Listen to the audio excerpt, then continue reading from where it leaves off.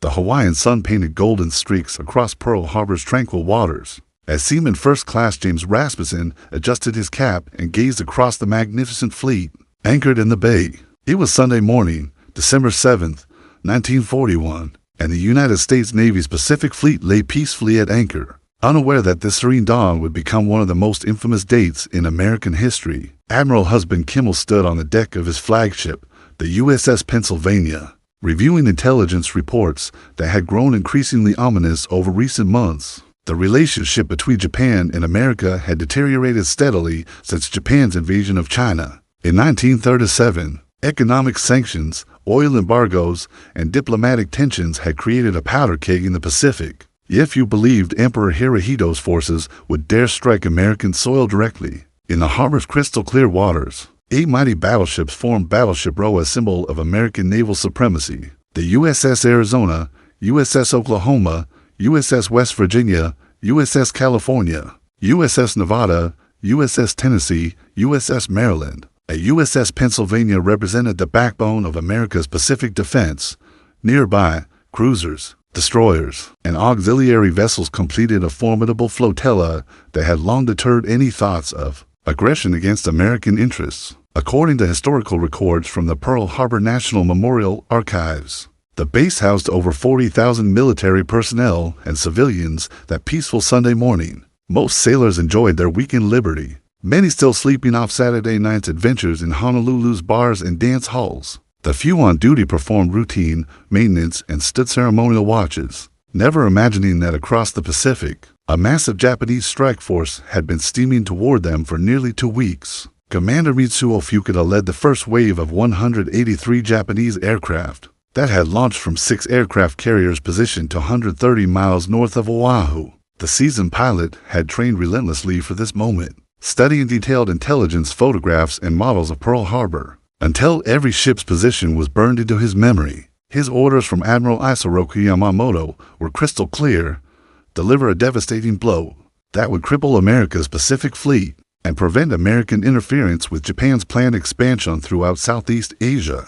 At approximately 7:48 that morning, radar operators Private Joseph Lockard and Private George Elliott detected what appeared to be a large formation of aircraft approaching from the north. Their concerns were dismissed by Lieutenant Kermit Tyler, who assumed the blips represented a scheduled flight of Boeing B-17 Flying Fortresses, expected from California. This tragic miscommunication would haunt American military leaders for decades to come. Meanwhile, in Washington, D.C., Secretary of State Cordell Hull prepared to meet with Japanese Ambassador Kichisaburo Nomura and Special Envoy Saburo Kurusu.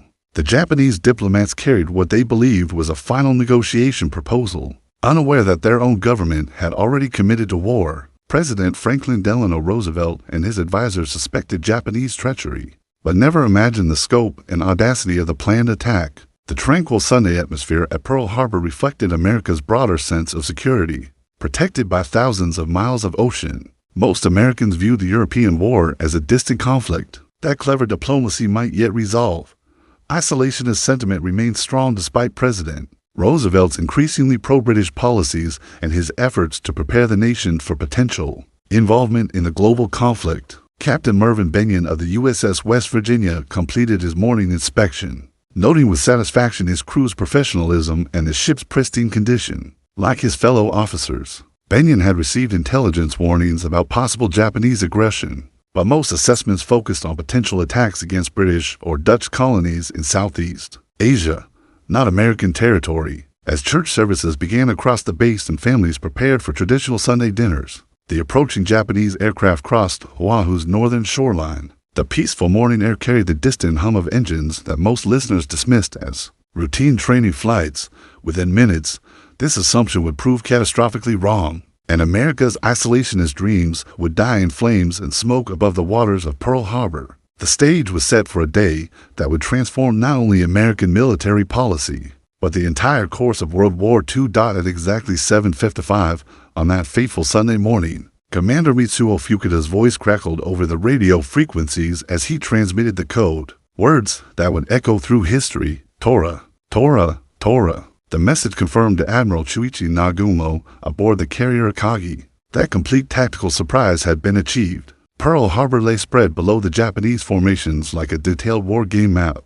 But this was no exercise, it was the opening salvo of America's entry into World War II. Seaman Rasmussen was polishing brass fittings on the USS Nevada when the first Nakajima Cape torpedo bombers screamed across Ford Island at an impossibly low altitude. The distinctive rising sun emblems on their wings seemed surreal, almost impossible to believe. For a split second, confusion reigned as sailors wondered if this was some elaborate training exercise nobody had told them about. That illusion shattered when the first torpedo struck the USS Oklahoma with a thunderous explosion that sent shock waves across the harbor. Lieutenant Commander Logan Ramsey rushed to the radio room at Ford Island's command center and transmitted the message that would galvanize the nation: air raid Pearl Harbor. This is not drill. His words, sent at 800 hours exactly, marked the moment America's peaceful Sunday morning transformed into a nightmare of smoke, fire, and heroism that would define a generation. The USS Arizona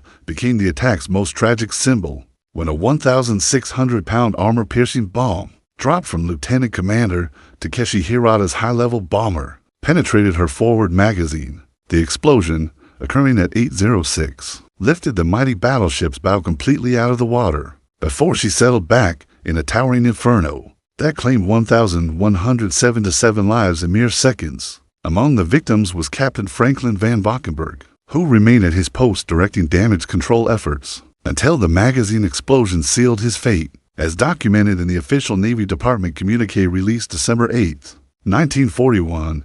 The attack's coordination demonstrated months of meticulous planning. While torpedo bombers targeted Battleship Row, Aichi Val dive bombers struck airfields at Hickam, Wheeler, and Bellows Fields, destroying aircraft lined up in neat rows perfect targets for the Japanese pilots. The Americans had arranged their planes this way to prevent sabotage, never imagining they would face an aerial assault. Rear Admiral Isaac Kidd aboard the USS Arizona attempted to coordinate the fleet's response. When the fatal bomb struck, his body was never recovered, making him one of the first flag officers to die in America's Second World War. Meanwhile, Captain Mervyn Benyon of the USS West Virginia continued directing his ship's defense despite mortal wounds from bomb fragments, refusing medical attention until his crew's safety was assured. The USS Oklahoma suffered the morning's second greatest tragedy, as multiple torpedo hits caused her to capsize completely, trapping over 400 sailors beneath her hull. Seaman First Class Stephen Young and his damage control party worked frantically to cut through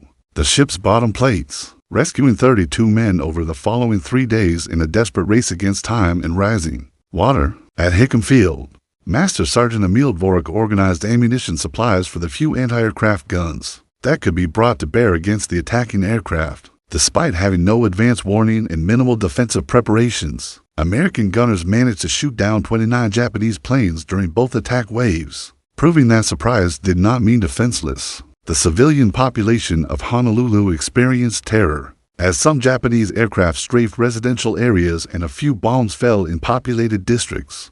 Mrs. Helen Nikaido, a Japanese-American resident, courageously tended wounded sailors brought to her neighborhood, demonstrating the loyalty and patriotism of Hawaii's diverse population despite the tragic internment policies that would soon follow. Radio operator Kyle Boyer at KGU transmitted live reports of the attack, providing the American mainland with its first real-time account of the devastation. His broadcasts, monitored by stations across the continent, brought the reality of war into American living rooms with unprecedented immediacy. As the first wave withdrew at approximately 8:45, smoke columns rose from burning ships and shattered aircraft, creating an apocalyptic scene that would be seared into survivors' memories forever. Between the first and second waves of the Japanese attack, extraordinary acts of courage emerged from the chaos engulfing Pearl Harbor. Petty Officer First Class Doris Miller, a mess attendant aboard the USS West Virginia, had been collecting laundry when the first torpedo struck his ship. Despite having no training on anti-aircraft weapons, Miller helped move his mortally wounded captain to safety, then manned a 50 caliber Browning machine gun, firing at attacking aircraft until his ammunition ran out. His heroism would later earn him the Navy Cross, making him the first African-American to receive this decoration during World War II. Captain Casson Young of the USS Vestal demonstrated remarkable leadership when his repair ship, moored alongside the USS Arizona, caught fire from the battleship's explosion. Knocked unconscious by the blast and thrown overboard, Young swam back to his ship, climbed aboard, and successfully moved the vessel away from the burning Arizona, saving both his vessel and crew. His quick thinking prevented further explosions from spreading throughout the harbor. The second wave, led by Lieutenant Commander Shigekazu Shimazaki, arrived at 8:45 with 170 additional aircraft. However, American defenses had begun organizing despite the devastating surprise. Lieutenant Stephen Saltzman managed to get several Curtiss P-40 Warhawk fighters airborne from Haliwa Field, engaging Japanese aircraft in desperate dogfights above Oahu. Second Lieutenant George Welch and Second Lieutenant Kenneth Taylor became the morning's first American aerial heroes, shooting down 6 enemy aircraft between them despite taking off from a damaged runway under continuing attack, as reported in Time magazine's December 15, 1941 issue. The USS Nevada's attempted escape became one of the attack's most dramatic episodes. Despite massive damage and fires raging throughout her superstructure, the battleship's crew managed to get underway. Hoping to reach the open sea, however, Admiral William Furlong ordered the Nevada to beach herself at Hospital Point, rather than risk sinking in the harbor channel, which would have blocked the entrance for weeks. Hospital Corpsman John Harley Bradley exemplified the medical personnel's heroism. Throughout the attack, working at the Naval Hospital, Bradley treated dozens of critically burned sailors, many suffering from fuel oil fires that had spread across the harbor's surface, despite overwhelming casualties and limited supplies. Medical personnel saved hundreds of lives through their tireless efforts and innovative treatments, adapted to mass casualty conditions. Commander Solomon Isquith led damage control efforts aboard the capsized USS Oklahoma, where trapped sailors faced rising water and diminishing air pockets. Working with civilian shipyard worker Julio De Castro, rescue teams used cutting torches and pneumatic tools to breach the hull, creating escape routes for survivors. The rescue operation continued for days, with teams working around the clock to reach every possible survivor. At Ford Island's dispensary, Chief Pharmacist Mate John Miller organized triage operations as wounded personnel streamed in from damaged ships, despite having no experience with mass casualties. Miller and his team developed efficient systems for categorizing injuries and prioritizing treatment, innovations that would later influence military medical doctrine throughout the war. The civilian population of Honolulu also demonstrated remarkable courage. Dr. Pinkerton and his staff at Queen's Hospital treated military and civilian casualties without distinction, working continuously despite concerns about potential invasion. Meanwhile, telephone operator Mrs. Dorothy Edmond remained at her switchboard throughout the attack, maintaining communication links between military installations and civilian authorities despite bomb explosions nearby.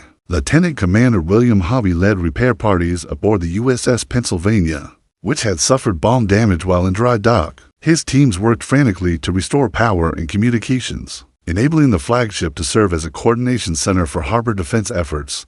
Their work proved crucial in organizing rescue operations and preparing defenses against potential follow-up attacks. As smoke continued rising from burning vessels, and the harbor's waters became slick with oil and debris, these individual acts of heroism began weaving together into a collective response that would define American character throughout the coming war. The surprise attack had wounded America grievously, but it had not broken her spirit. Instead, it had awakened a determination that would ultimately prove Japan's greatest miscalculation. By 1000 hours on December 7, 1941, an eerie quiet had settled over Pearl Harbor as the last Japanese aircraft disappeared beyond the horizon, leaving behind a scene of unprecedented devastation. The once proud Pacific Fleet lay crippled, with 4 battleships sunk, 4 others damaged, and numerous smaller vessels destroyed or heavily damaged. Black smoke continued rising from burning ships, creating a pall that would hang over the harbor for days. Admiral Husband Kimmel surveyed the destruction from his headquarters,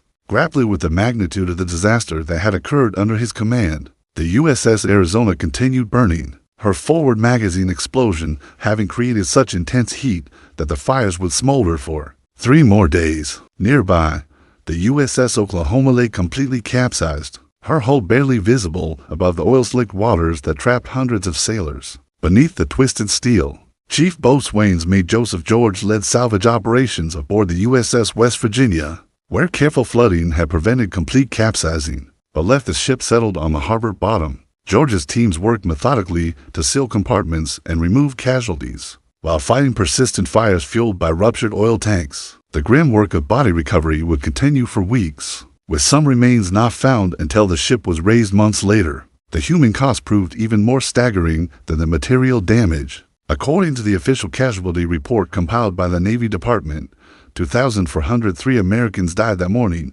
with 1,178 wounded. The USS Arizona alone accounted for nearly half the fatalities, her crew trapped when the forward magazine explosion destroyed the ship's entire bow section. Among the dead were 68 civilians, including shipyard workers who had been performing routine maintenance. Dr. Carl Stimson, chief medical officer at Pearl Harbor Naval Hospital, coordinated the overwhelming medical response as casualties streamed in throughout the morning. Burn victims presented the greatest challenge, with many sailors suffering severe injuries from flaming oil that had spread across the harbor's surface. Stimson's teams worked with limited supplies and improvised treatments, establishing protocols that would later influence military medicine throughout the Pacific Theater. At Hickam Field, Colonel William Farthing assessed the devastation to his Army Air Force's installation. Japanese bombers had destroyed or damaged 188 aircraft, catching most planes on the ground in neat formations that provided perfect targets.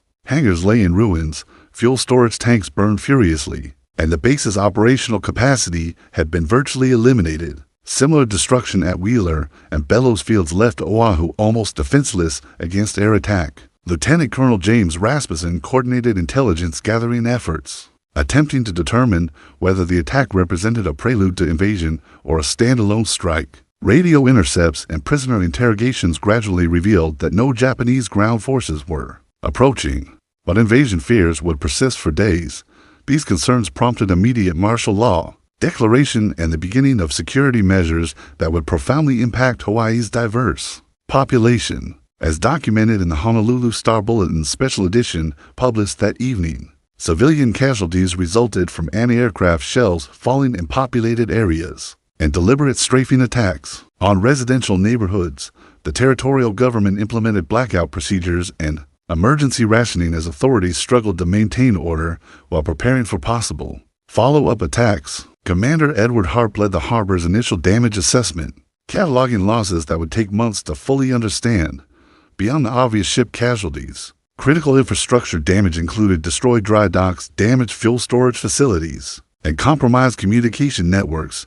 The Navy Yard's machine shops and repair facilities had suffered extensive damage, hampering efforts to restore damaged vessels. Seaman Robert Chen, a Chinese-American sailor who had survived the USS Arizona's destruction, described the psychological impact in letters home that were later published in Life magazine. The trauma of losing shipmates and witnessing such devastation would affect survivors for decades, creating a generation of veterans bound together by shared experience of history's most shocking military surprise. As rescue operations continued throughout the day, Admiral Kimmel and General Walter Short began preparing their reports for Washington. Knowing their careers were effectively ended by the morning's catastrophe, their immediate concern, however, focused on preparing defenses against potential invasion while organizing the massive recovery effort that would occupy Pearl Harbor for months to come. President Franklin Delano Roosevelt received the first reports of the Pearl Harbor attack while having lunch at the White House with his closest advisor,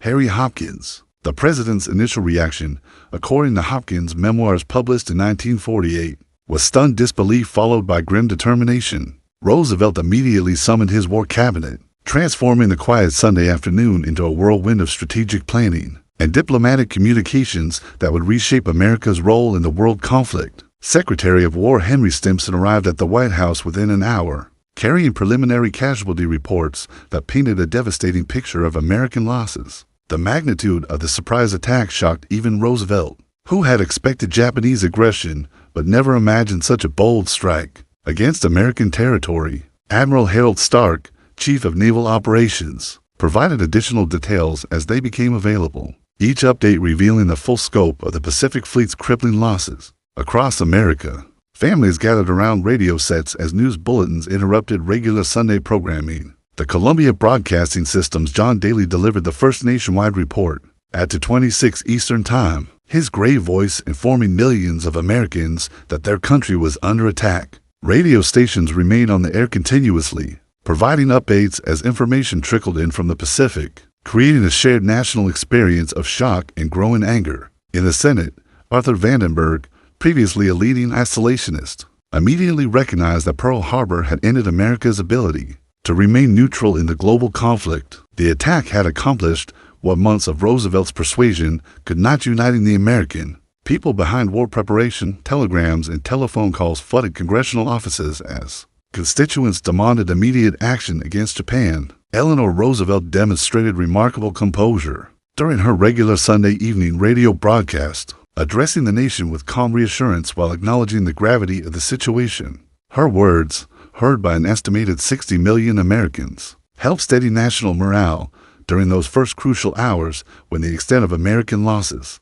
remained unknown and invasion fears ran high throughout the Pacific coast. FBI Director J. Edgar Hoover implemented emergency security measures within hours of the attack, ordering the immediate detention of prominent Japanese Americans on the West Coast. These actions, later recognized as a grievous violation of civil liberties, reflected the panic and suspicion that gripped American security agencies in the attack's aftermath. Over 1,500 individuals were arrested in the first 48 hours, beginning a dark chapter in American civil rights history. General George Marshall, Army Chief of Staff, worked frantically to assess military readiness as reports arrived from commanders throughout the Pacific. The Philippines, Guam, and Wake Island all faced immediate threat from Japanese forces, while the West Coast appeared vulnerable to follow-up attacks. Marshall ordered immediate mobilization of National Guard units and began coordinating with British and Dutch allies for mutual defense of remaining Pacific territories. In New York, Mayor Fiorello LaGuardia ordered increased security around vital infrastructure, including bridges, tunnels, and power plants. Similar precautions were implemented in major cities across the country as Americans grappled with the reality that their homeland was no longer invulnerable to enemy attack. The psychological impact of Pearl Harbor extended far beyond military casualties, fundamentally altering American perceptions of national security. Treasury Secretary Henry Morgenthau began emergency consultations with Federal Reserve officials to prepare for wartime economic mobilization. The attack's timing, occurring during a period of economic recovery from the Great Depression, raised concerns about market stability and production capacity. However, Morgenthau's preliminary assessments suggested that American industrial might could be rapidly converted to military production, providing a crucial advantage in the coming conflict. As evening approached in Washington, Roosevelt worked with speechwriter Robert Sherwood on remarks that would be delivered to Congress. The following day, the president understood that his words would not only request a declaration of war, but would also define America's moral purpose in the global conflict. The speech needed to capture national outrage while articulating the principles for which Americans would fight and die in the coming years. By midnight, initial shock had transformed into determined resolve as America's leadership recognized that December 7, 1941, marked not just a military defeat, but the beginning of the nation's emergence as the world's dominant superpower. Monday,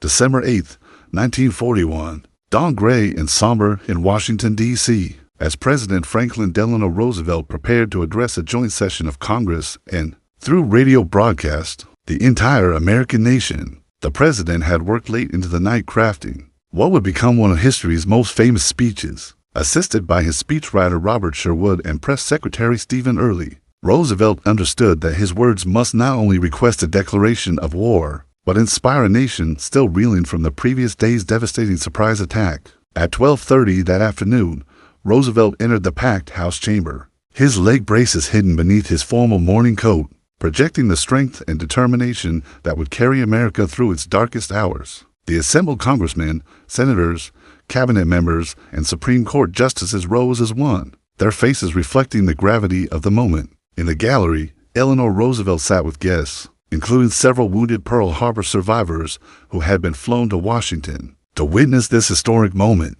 Yesterday, December 7th, 1941, a date which will live in infamy. The United States of America was suddenly and deliberately attacked by naval and air forces of the Empire of Japan. Roosevelt's opening words, delivered with controlled fury, immediately established the moral framework for America's entry into World War II.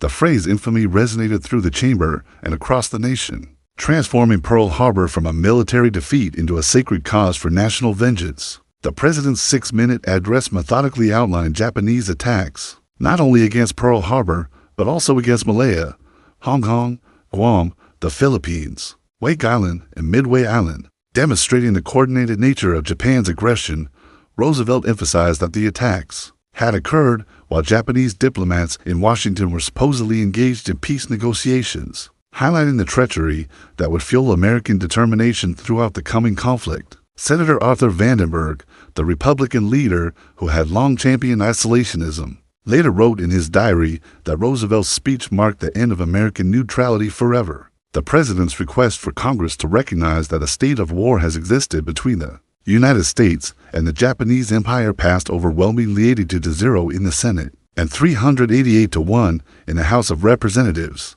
Congresswoman Jeanette Rankin of Montana cast the sole dissenting vote, maintaining her pacifist principles despite enormous political pressure. Across the nation, Americans listened to Roosevelt's speech on radio with rapt attention, many gathering in public spaces, offices, and homes to share this momentous experience. In Times Square, thousands stood silently as loudspeakers carried the president's words, while in small towns throughout the Midwest, families huddled around their radio sets, understanding that their sons would soon be called to serve in distant lands. The speech's impact extended far beyond American borders, as allied nations recognized that the United States would now bring its full industrial and military might to bear against the Axis powers. Prime Minister Winston Churchill later wrote that he slept the sleep of the saved and thankful upon hearing Roosevelt's address, knowing that British survival was now assured with American entry into the war. Within hours of the congressional vote, recruiting stations across the country were overwhelmed by volunteers eager to avenge Pearl Harbor. Young men who had shown little interest in military service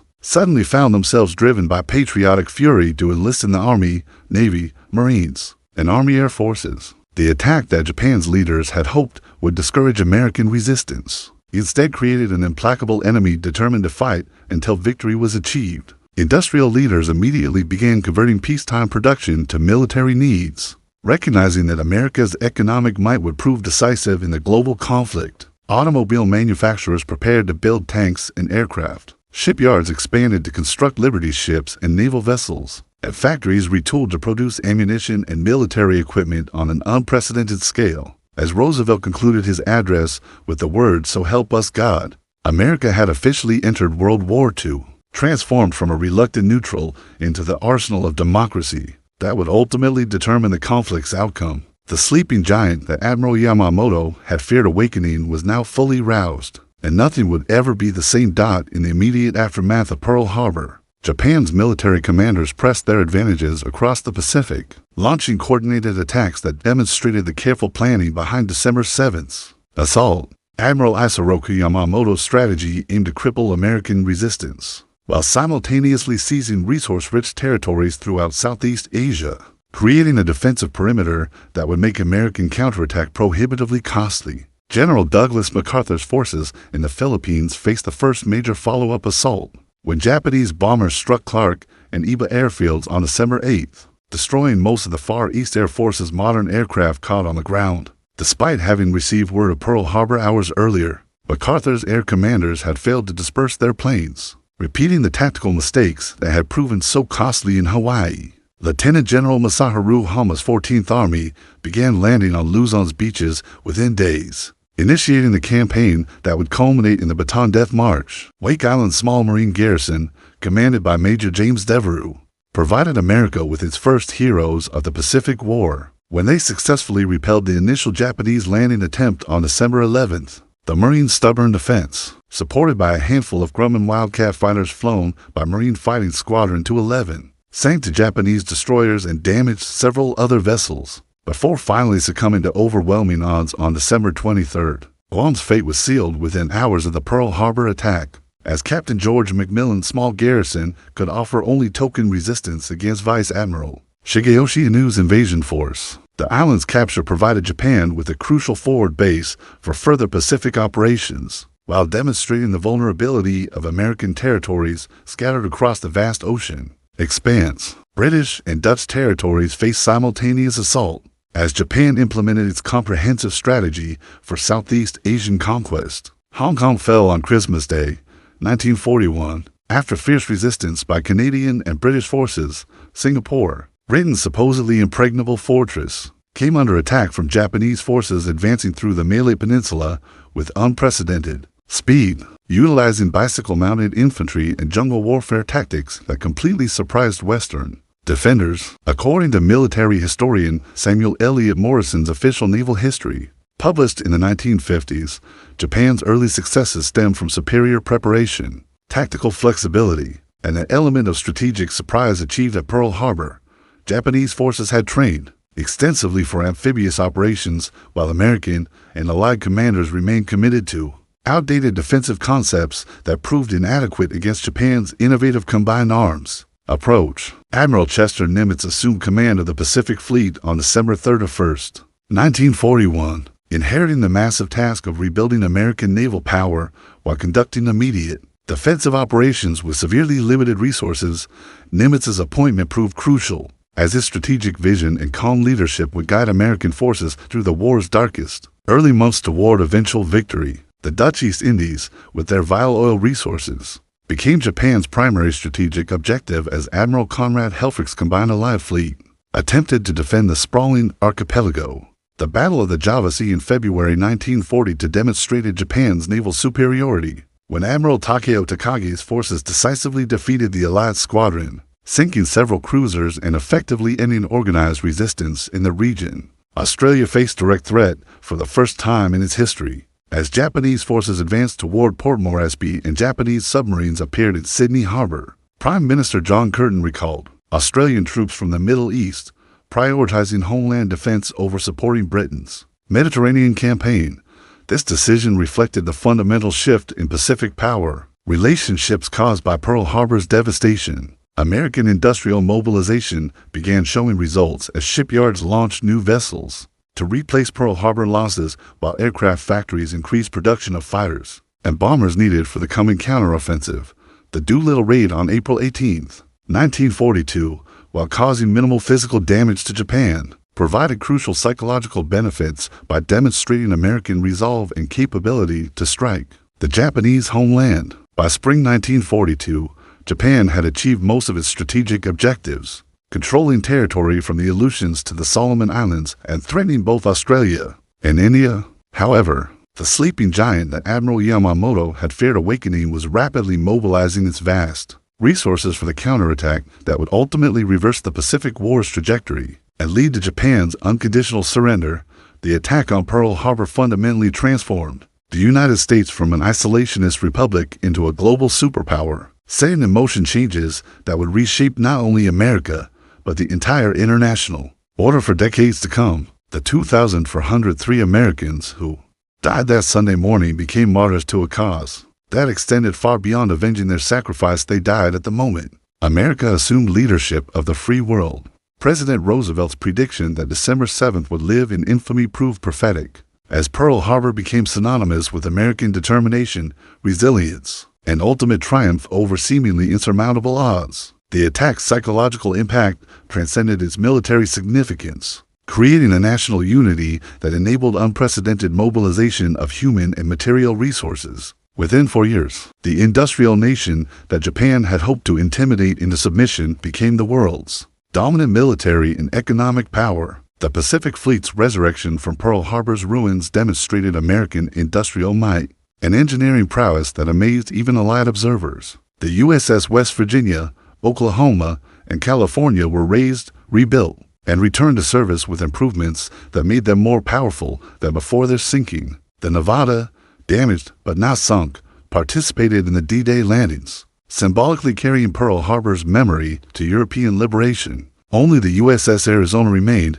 where she fell, becoming a permanent memorial to the attack's victims and America's resolve. Admiral Chester Nimitz's Pacific strategy, developed from the lessons learned at Pearl Harbor, emphasized carrier aviation, amphibious assault capabilities, and logistical excellence that enabled American forces to advance across thousands of miles of ocean. The attack that Japan's leaders believed would cripple American naval power instead forced innovation and tactical evolution that ultimately proved superior to Japanese methods. Doris Miller's heroism at Pearl Harbor helped begin the long process of integrating America's armed forces, challenging racial segregation that had denied full participation to millions of Americans. His Navy Cross citation stated that he had distinguished himself by extraordinary courage and disregard for his own personal safety, words that applied equally to thousands of African American, Hispanic, Asian American, and Native American servicemen who served with distinction throughout the war despite facing discrimination at home. The internment of Japanese Americans, initiated in the weeks following Pearl Harbor, represented one of the attack's most tragic consequences. Over 120,000 individuals, most of them American citizens, were imprisoned in camps across the American West based solely on their ancestry. This violation of constitutional principles, later recognized and partially compensated through congressional action, demonstrated how fear and prejudice could temporarily override American values. Even as the nation fought for freedom abroad, Pearl Harbor's technological lessons revolutionized military doctrine worldwide, emphasizing air power's primacy over traditional naval thinking and highlighting the importance of intelligence gathering, radar technology, and coordinated defense systems. The attack's success through carrier-based aviation validated theories that many traditional naval officers had resisted, forcing rapid adaptation that would prove crucial in subsequent Pacific battles. The economic transformation triggered by Pearl Harbor dwarfed even the New Deal's impact on American society. War production ended the Great Depression permanently, creating full employment and raising living standards while establishing the military-industrial complex that would define post-war America. Women entered the workforce in unprecedented numbers, fundamentally altering gender roles and expectations that had remained static for generations. Veterans returning from the Pacific War carried with them memories of Pearl Harbor that shaped their perspectives on America's global responsibilities. The isolationism that had characterized American foreign policy since George Washington's farewell address died in Pearl Harbor's flames, replaced by permanent engagement with world affairs that continues today. December 7, 1941, marked not just America's entry into World War II, but the beginning of what Henry Luce termed the American Century, the attack that Emperor Hirohito's government launched to prevent American interference with Japanese expansion instead awakened a sleeping giant whose response would reshape global civilization. Today, Pearl Harbor remains hallowed ground where visitors from around the world pay respects to the Americans who died there and contemplate the fragility of peace. The USS Arizona Memorial, dedicated in 1962, stands as an eternal reminder that freedom's price requires constant vigilance and that even the most powerful nations remain vulnerable to those who would destroy liberty and human dignity. The spirit awakened that Sunday morning in 1941 continues to inspire Americans facing new challenges in an uncertain world.